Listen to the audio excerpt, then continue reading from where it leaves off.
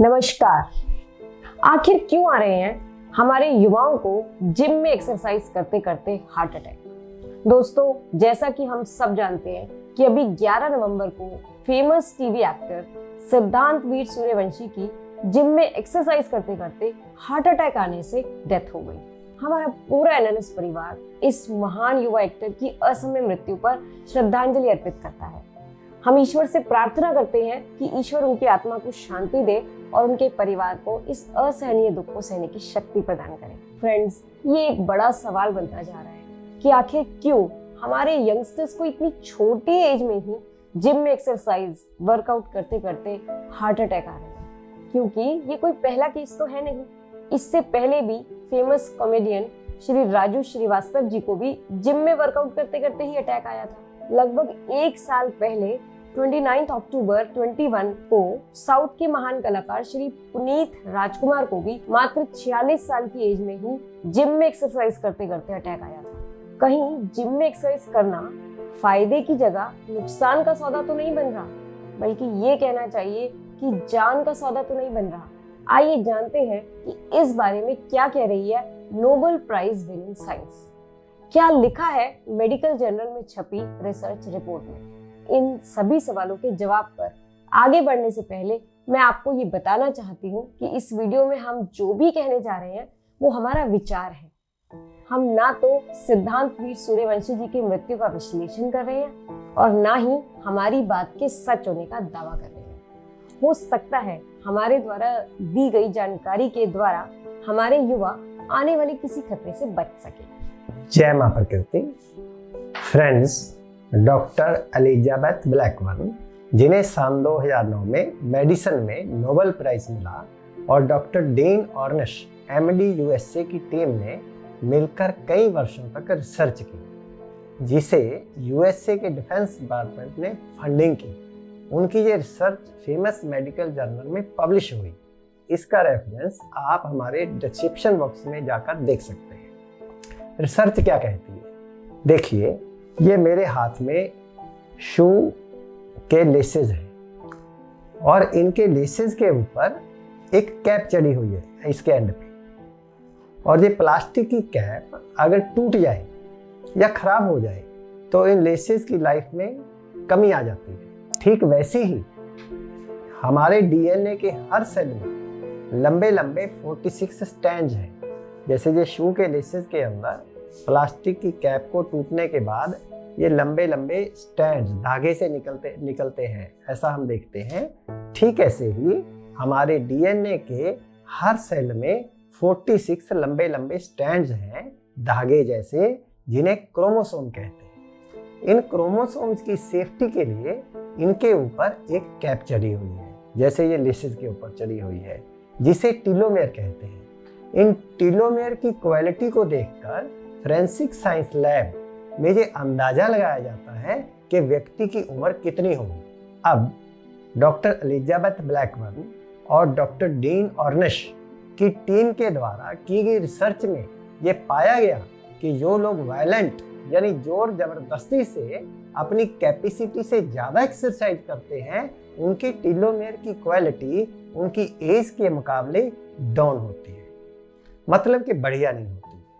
दूसरी तरफ जो लोग एक्सरसाइज करते हुए अपने शरीर के साथ बैलेंस नहीं करते, मॉडरेट एक्सरसाइज करते हैं, शरीर और एक्सरसाइज का बैलेंस बनाकर चलते हैं, डेली 21 मिनट्स के लिए ब्रिस्क वॉक करते हैं, उनके टीलोमेयर्स की क्वालिटी बढ़िया होती है। ये रिसर्च रिपोर्ट बिल्कुल क्लियर कर रही है कि ओवर एक्सरसाइज करने से, वायलेंटली एक्सरसाइज करने से, अपनी कैपेसिटी से ज्यादा एक्सरसाइज करने से एज कम होती है, जबकि मॉडरेट एक्सरसाइज करने से, शरीर के साथ वायलेंस नहीं करने से एज बढ़ती है। जिस बात को साइंटिस्ट और एमडी डॉक्टर्स ने सन 2009 में प्रूव किया, उसे हमारे भारत की एंशिएंट साइंस ने सन 1913 में आज से 110 वर्ष पूर्व ही सिद्ध कर चुकी है और लिख भी चुकी है।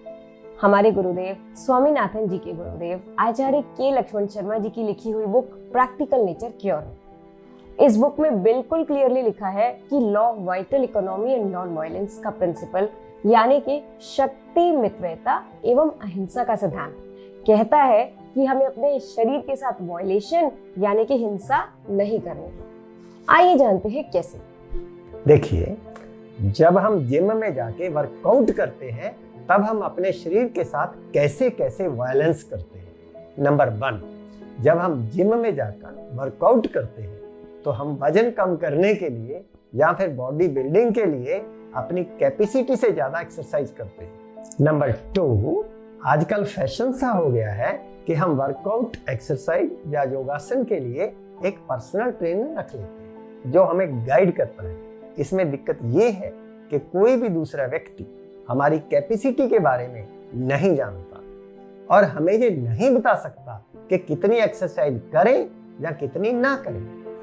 ओवर एक्सरसाइज बॉडी के साथ वायलेंस है, फायदे की जगह नुकसान होता है। नंबर 3, ज्यादातर जिम में प्रोटीन पाउडर खाने की सलाह दी जाती है। प्रोटीन पाउडर इंडस्ट्रियल फूड है, नेचुरल नहीं।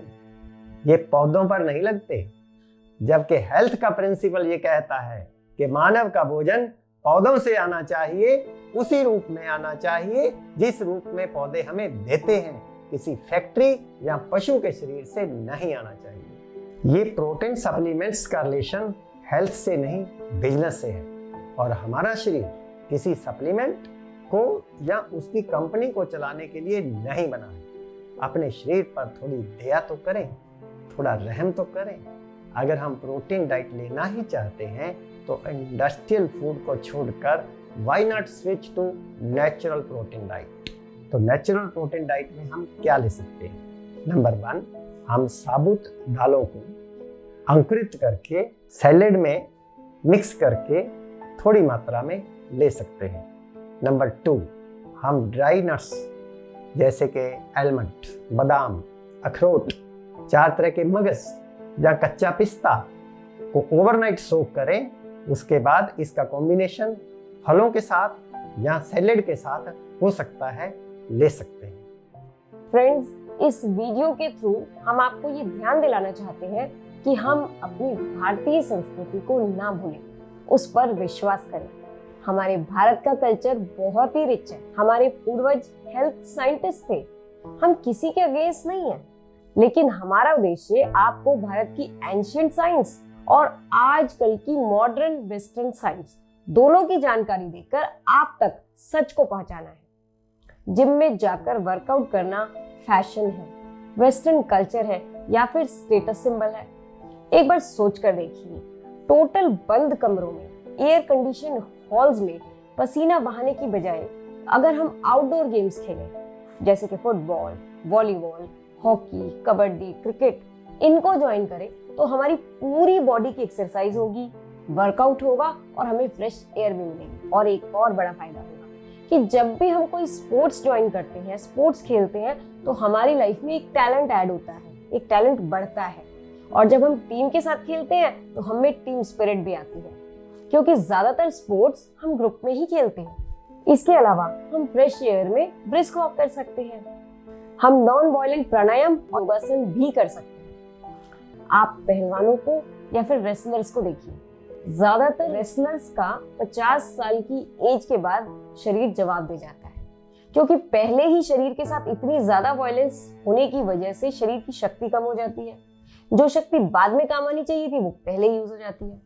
Law of vital economy and non violence के जिस सिद्धांत की बात हम सन 1913 यानी कि आज से 110 साल पहले से कर रहे हैं, वही बात Nobel prize winning modern medical science भी कह रही है। लेकिन हम इस बात को कब समझेंगे?